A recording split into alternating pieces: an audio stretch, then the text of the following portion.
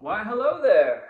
Here's another installment on my YouTube channel here, and I got this Canon camera side angled here, but so the selection has taken place. Donald Trump has won this election. Wall Street has selected Donald Trump. And so Donald Trump is going to be the president. And let's talk a little bit about how this is going to play out. Donald Trump was installed by the elites because he's a big spender. Donald Trump likes to spend big. He goes big or he goes home. So he was put into power to juice the economy that's about to head into recession, to try to thwart off the recession and rejuice the stock market. And that's why he has been installed. It's crazy out there, folks. So he's in there. The global investors see this occurring. They see that Donald Trump, easy money guy, low interest rates, zero interest rates, is coming into power. They see that he's going to juice the economy with tens of trillions of dollars, which is going to compound the malinvestment problem that I've previously talked about in my previous videos. And they're anticipating this arrival with, guess what? Drum roll, please. Higher rates of return, higher interest rates. So the global bond market, particularly the U.S. bond market, is selling off. When the bond market, U.S. Treasury, the U.S. global debt market, sells off, interest rates rise. They rise because investors around the world want to be compensated for the risk, so they demand a higher rate of return. And the risk that the investors, the global investors, see in the U.S. is that the U.S. cannot get its profligate spending under control within the government. Okay, that's number one.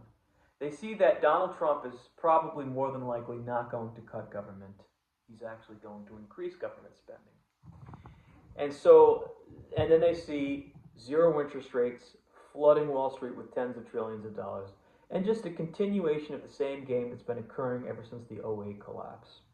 They see all this, and they're finally revolting. They haven't been revolting for 20 years, but now they're revolting. They want a higher rate of return on their money in exchange for the profligate spending that Trump's about to usher in to the economy. So Trump's installed, rates are rising, despite the Federal Reserve lowering rates. This is going to occur under Donald Trump. I would take a guess in the fact that the Wall Street bankers are now telling Trump to step it back, ease it back a little bit, to kind of calm down a little bit and don't juice the market, not to juice the market so hard. Keep your foot off the accelerator pedal a little bit, because the harder you accelerate, Mr. Trump, the higher rates are going to go. So it's kind of like a balancing act right now that's occurring on Wall Street, and the communications between the Wall Street banks and Donald Trump. And that's what's happening right now in the markets. But he got in there. He was selected.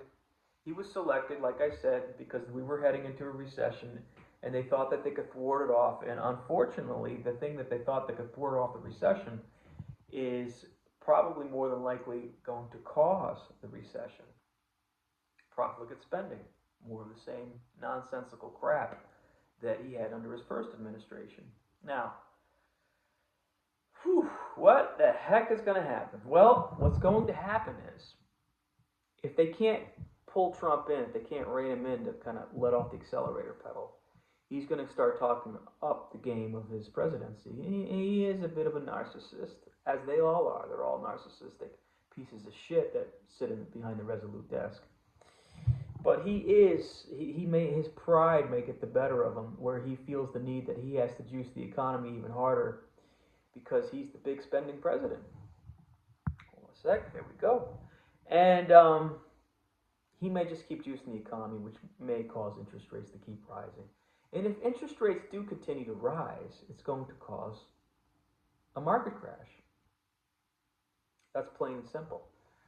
So we can expect a lot of volatility in the next couple months. We can expect the market to possibly be lower due to the higher interest rates, and we can expect Donald Trump is right now being told to keep his mouth shut about pushing the economy too hard. But narcissists don't listen to what they're told to do, and so I think that he will get in there and he will juice the economy nonetheless, which will cause more of a cascading crash in the stock market due to higher interest rates. So that's where we're at, folks. I mean, I don't know. I mean, the selection took place. Bottom line, the selection took place. I knew this was going to happen. I knew Wall Street needed him in there to juice the economy. He's in.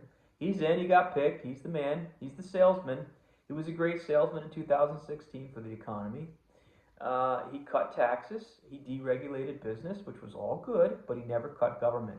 He actually expanded government, which caused the deficits to rise.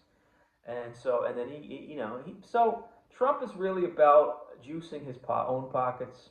As you can see, he's getting into the crypto markets with his sons to try to capitalize on crypto now, make billions of dollars off it, and that's what he's in there for. He's in there for himself. He's not in there for the American people. He's in there for his billionaire friends. He's in there to juice the economy. That's what he's been sent to do, and that's what he is going to do. But unfortunately for him, juicing the economy and excelling, pushing down on the accelerator is going to cause higher interest rates. And higher interest rates will be the catalyst for bringing this whole stock market asset bubble down. And we're seeing this play out even before he takes office. And we're going to continue to see this play out when he enters office.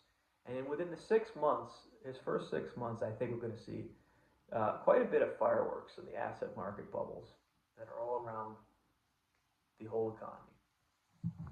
So with that said, be very cautious out there. I am short the stock market. I am long gold. I'm long oil. And that's where I'm at. Many investors are long tech, long Bitcoin, long crypto. And to me, these assets are for the peasants. The elite's assets are gold, hard assets. Stable companies like Hershey's or Coca-Cola or McCormick Spice Company. These are excellent businesses that make products that everybody needs. Gillette, Warren Buffett type companies. Excellent companies. Tech stocks are for the peasants. They're for the speculative gamblers. They're for the people that's going to take the elevator ride, up the elevator ride 30 floors and down the elevator ride 30 floors. Those are the types of investors that go into the Nvidias, the Facebooks, the Googles, and all that crap. And the tech revolution, in my opinion, as far as through the internet, is over. I mean, the biggest gains that have been made in the tech stocks have already been made. So they're done. If anybody's ever studied the law of diminishing returns, well, that is occurring within the internet stocks, the stock market. The law of diminishing returns.